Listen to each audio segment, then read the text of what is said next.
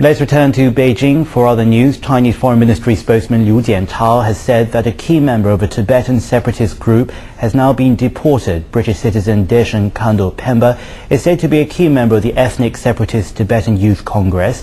She's said to have admitted violating Chinese law while living in Beijing. Liu said there's no link between the case and tightened Olympic security measures.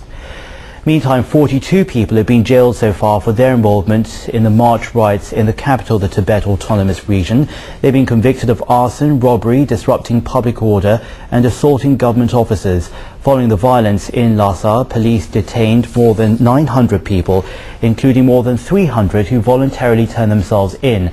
Among those arrested, 116 are still under investigation.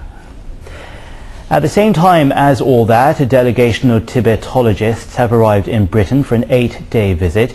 It's a trip being organised by the State Information Office. As my colleague Li Xiang tells us, the scholars' aim is to promote understanding of Tibet.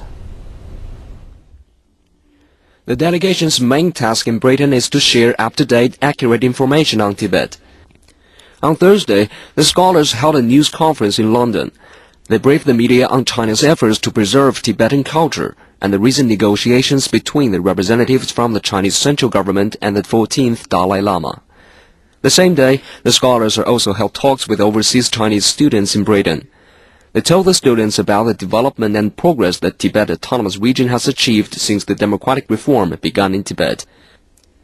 The current situation and the March 14th riot in Tibet were also discussed. During a meeting with British diplomats and parliamentarians on Wednesday, the scholars fully explained the nature of the March 14th riot in Tibet in a bid to decrease misunderstandings of Western countries. I told them that I was quite familiar with 5 young girls who were burned to death in the March 14th riot. The girls and I used to have face-to-face communications. I believed that they would understand my feelings when I heard the news of their death. I think it is very necessary to introduce the truth in a pragmatic, practical and realistic manner to enhance mutual understandings.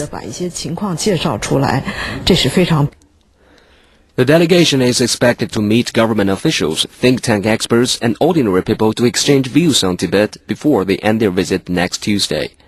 Li Xiang, CCTV. You're watching the Lunchtime News live from Beijing. Let's go now to our first break, but coming up right after this.